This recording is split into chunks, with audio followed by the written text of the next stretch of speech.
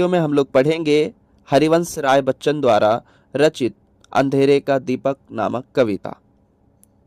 इस कविता के भावार्थ, प्रसंग और शब्दार्थ को समझेंगे, जो कि आपके एग्जाम्स के लिए बहुत ही इंपॉर्टेंट है और हर एक प्रत्येक लाइन, प्रत्येक पद का जो है व्याख्या करते हुए चलेंगे।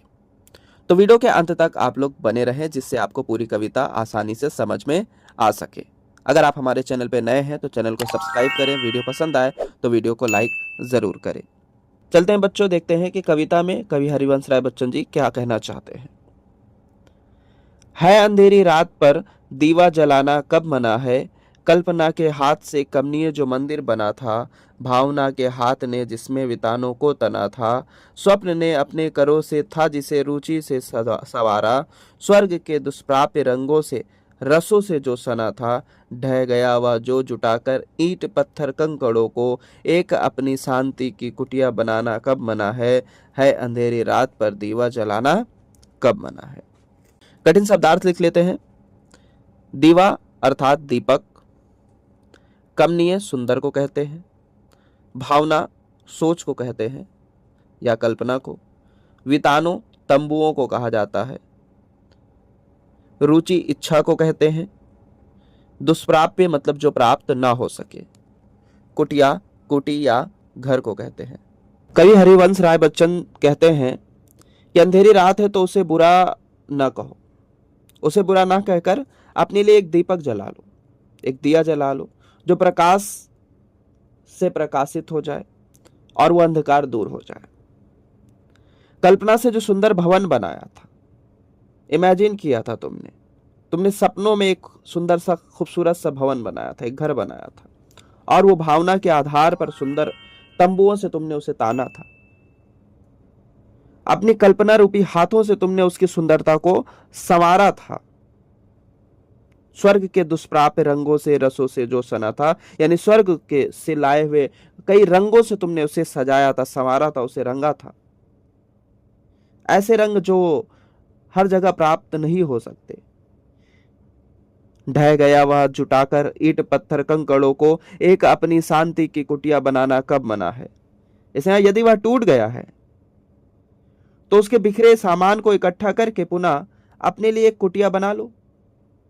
अगर वो महल टूट गया तो उस महल के सारे सामान को इकट्ठा करो, ईंट हो, पत्थर हो, कंकड़ हो, और अपने लिए एक शांति से जहां जिंदगी कट सके, जीवन बीत सके, एक कुटिया बना लो, एक घर बना लो। अर्थात विनाश के बाद निर्माण प्रक्रिया हमेशा चलती रहनी चाहिए, कभी रुकनी नहीं चाहिए। है अंधेरी रात पर दीवा जलाना कब मना है अंधेरी रात, मुसीबत भरी रातें हैं, लेकिन हौसला रखना कब मना है, अर्थात दिया जलाना कब मना। आप दिया जलाएं, अंधेरी रात को उजाले में बदलने की कोशिश करें, अर्थात जब आपके विनाश का समय हो तो उसे निर्माण रूपी सुख में बदलने की कोशिश करें। उम्मीद है स्टूडेंट्स पहला पद समझ में आया होगा। चलते हैं अब दूसरे पद में। बादलों के आंसू से धोया गया नभ नील नीलम का बनाया था गया मधुपात्र मनमोहक मनोरम। प्रथम उषा की किरण की लालिमा सी लाल मदिरा थी उसी में चमचमाती नौ घनों में चंचला सम। वह अगर टूटा मिलाकर हाथ दोनों की हथेली, एक निर्मल स्रोत से तृष्णा बुझाना कब मना है अंधेरी रात पर दीवा जलाना कब मना है। कुछ कठिन शब्दार्थ लिख लें बच्चों। नभनील नीला आकाश को कहते हैं, नीलम नीलम मणि, मधुपात्र शराब पीने का पात्र, मनमोहक मन को अच्छा लगने वाला या मोहित करने वाला, मनोरम सुंदर को कहते हैं, लालिमा अर्थात लाली, लाल मदिरा लाल रंग की शराब, नौ घनों नए बादलों, चंचला सम यानी बिजली की तरह, निर्मल साफ, स्रोत पानी का झरना, तृष्णा प्यास। प्रसंग। यहां कवि हरिवंश राय बच्चन जी कहते हैं कि मनुष्य को यदि मदिरा न मिल पाए तो निर्मल जल से प्यास बुझाना ही एकमात्र उपाय है, यानी साफ सुथरे पानी से ही प्यास बुझाना चाहिए। किसी नुकसान पर उदास न होकर फिर से खुशी होने के प्रोत्साहन दिया है उन्होंने, कि उदास न होकर फिर से खुश होने के लिए दिलासा दिया है उन्होंने। प्रस्तुत पद का भावार्थ समझेंगे। कवि कहता है कि बादलों के आंसुओं, यानी पानी की जो बूंदे हैं उनको आंसू का रूप दिया गया है, बादलों के आंसुओं से नीला आकाश साफ दिखाई दे रहा है, यानी जो आकाश है वो एकदम साफ है।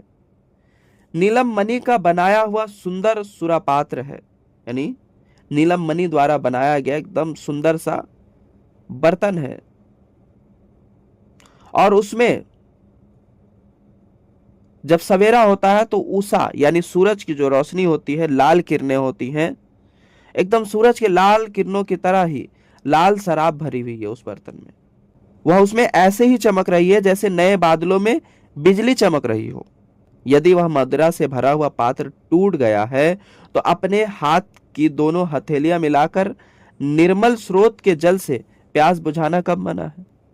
अगर आपका वो पात्र टूट गया, खत्म हो गया, बिखर गया, तो अपने दोनों हाथों को मिलाकर हथेली, जिसको अंजूरी भी कहते हैं, उसे मिला लो, और मिलाकर जो निर्मल स्रोत है, साफ सुथरे जो झरने के पानी बह रहे हैं, उससे प्यास बुझाना कब मना है। अर्थात सुख रूपी मदिरा का पात्र अगर टूट गया है तो दुख न मनाकर संतोष रूपी प्यास एक सादे और सरल जल से बुझाना चाहिए, यानी अर्थात हमें संतुष्ट रहना चाहिए। किसी से बिछड़ जाने पर अधिक दुखी न होकर हमें धीरज रखना चाहिए, ताकि जीवन के आने वाले समय के लिए नया तिलिस्म गढ़ सके। बच्चों, तीसरे पद में देखते हैं कि कवि क्या कहना चाहते हैं। क्या घड़ी थी एक भी चिंता नहीं थी पास आई, काली माँ तो दूर छाया भी पलक पर थी न छाई। आंख से मस्ती झलकती बात से मस्ती टपकती, वो हंसी ऐसी जिसे सुन बादलों ने शर्म खाई।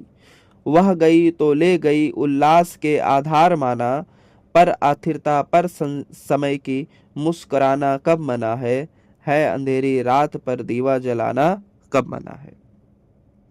कठिन शब्दार्थ कुछ लिख ले। घड़ी समय है, कालिमा अर्थात अंधेरा या फिर काला, शर्म लज्जा को कहते हैं, अस्थिरता मतलब होता है अस्थिर।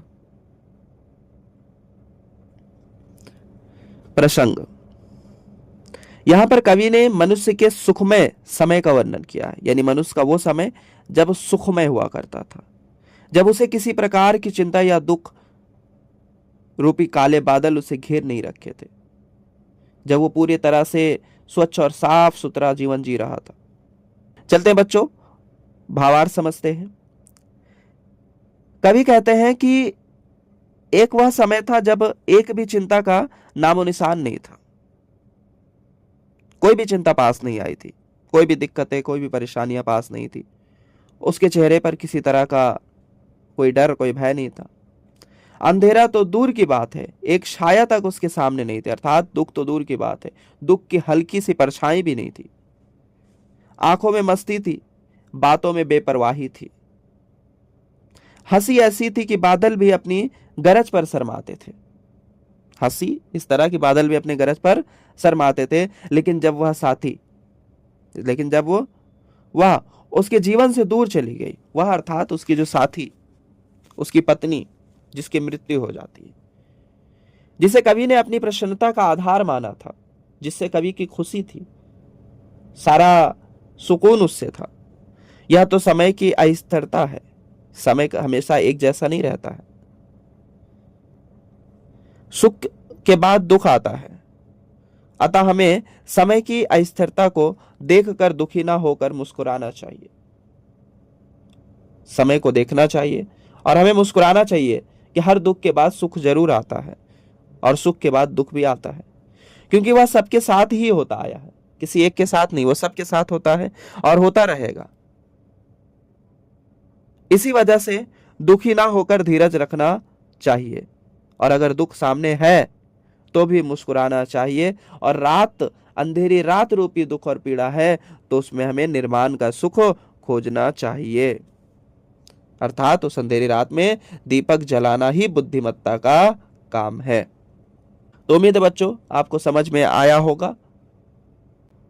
अगर वीडियो पसंद आए तो वीडियो को लाइक करें, चैनल पे नया है तो सब्सक्राइब कर ले, और कोई डाउट है तो कमेंट ज़रूर करें।